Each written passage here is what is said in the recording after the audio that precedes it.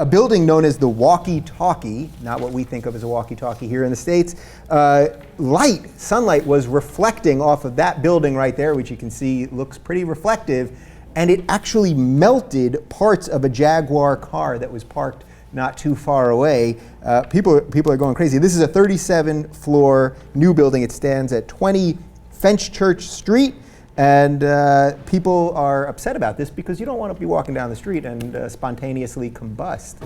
Is this surprising that this hasn't happened with all of our high rises here and everything that we have? I think it's really surprising. I mean, here in Los Angeles, when they built the so reflective. It's this beautiful sort of, I don't know how to describe it. I know that there's a word for it. It's like deconstructionist or something, but it was so hot and so reflective that people who had apartments across from it would get nailed by the sun. They said it would bring up the temperature in their apartments by like 1,000 degrees. Mm-hmm. So it's actually kind of scary that this could have melted parts of a metal car. At least there was good news, no person was standing there. Yeah. I mean, talk about the ant under the magnifying glass. Yeah, that's definitely the analogy they used. I mean, the question then is, one, I mean, can we have expected them in the planning and construction of the building to expect that would happen?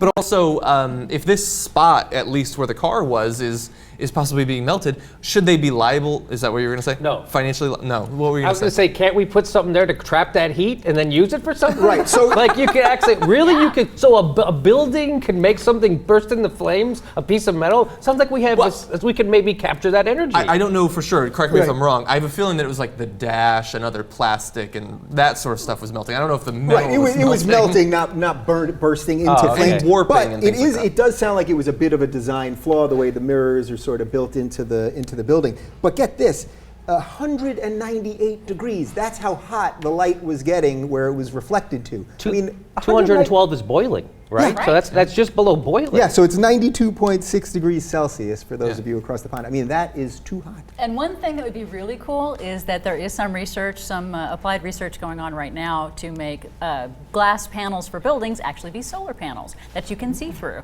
And so they're working on that. They're even working on it down at UCLA right now. Yeah. And one of these days, we might actually get something where the building, it's great that it's covered in glass because it's also harvesting energy. Yeah. That'd be awesome. So do you think that they should be financially liable for the damage to the vehicle, the building?